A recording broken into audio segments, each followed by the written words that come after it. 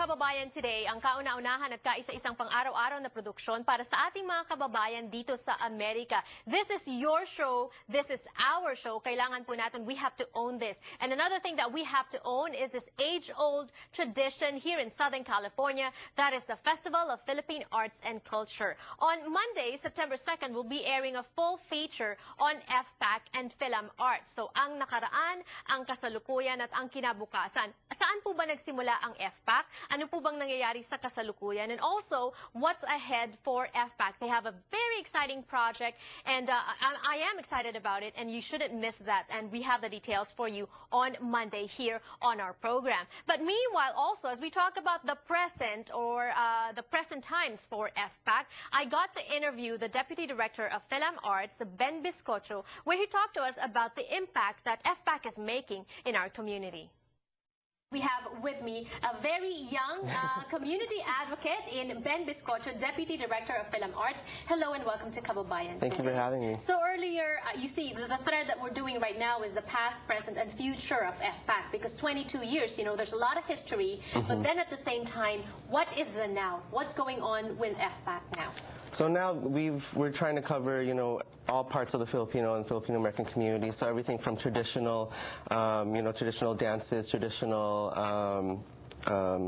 rituals, performances, and whatnot, to also contemporary. So this year we're having Rex Navarrete, who's a staple for FPAC, as well as J.R. Solona, who's going to be coming in from the Philippines. He has a hit single in the Philippines right now, and the Filipino American Symphony Orchestra. So we're trying to cover all ranges. Why is that? What is the impact that you want to leave to our community? What should FPAC impact? Should be. Yeah, so I think the impact of FPAC is that it's really bringing the community together. How it's designed is that there's multiple aspects that really work together in this synergistic way where, you know, we bring in 80 small businesses within the Filipino American community to create economic development. We bring in 600 artists who perform every year, over 400 student volunteers from all over Southern California, different universities. When it's an all-inclusive festival where you talk about the different aspects, there's the traditional ones. Alam ko, what I'm excited about is the mga higanteng gulay.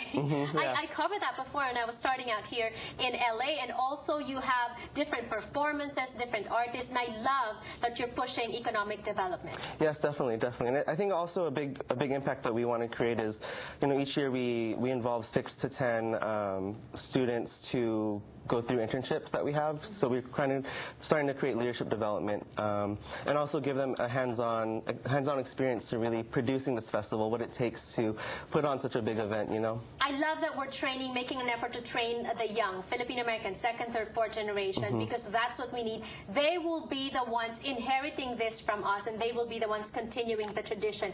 As a Filipino American, why are you with FPAC? Why are you with FilAm Arts? So I started off with FilAm Arts as an intern back when I was a teenager, and really the connection to my heritage and to my culture and the development that it gave me allowed me to not only grow within the Filipino community but also outside the Filipino community. So with all the experiences that I've had working with FilAm Arts and FPAC, I was able to branch out and do different leadership development programs.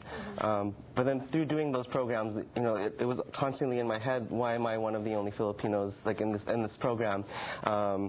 And it goes back to the whole thing with how FilAm Arts is really trying to connect young Filipino Americans to their culture, as well as trying to keep them civically engaged in order to, you know, create more of an impact not just in our community but also outside and create more visibility for Filipinos in general. You raised the question earlier. You asked yourself, why am I the only Filipino in this kind of program? Did you ever find the answer? You know, I think the answer is that with young Filipino Americans, there isn't a lot of opportunities for us to continually be civically engaged. You know, and FPAC is one of those opportunities where it's easy to get involved and it's easy to gain experience and it's easy to take that experience and branch out.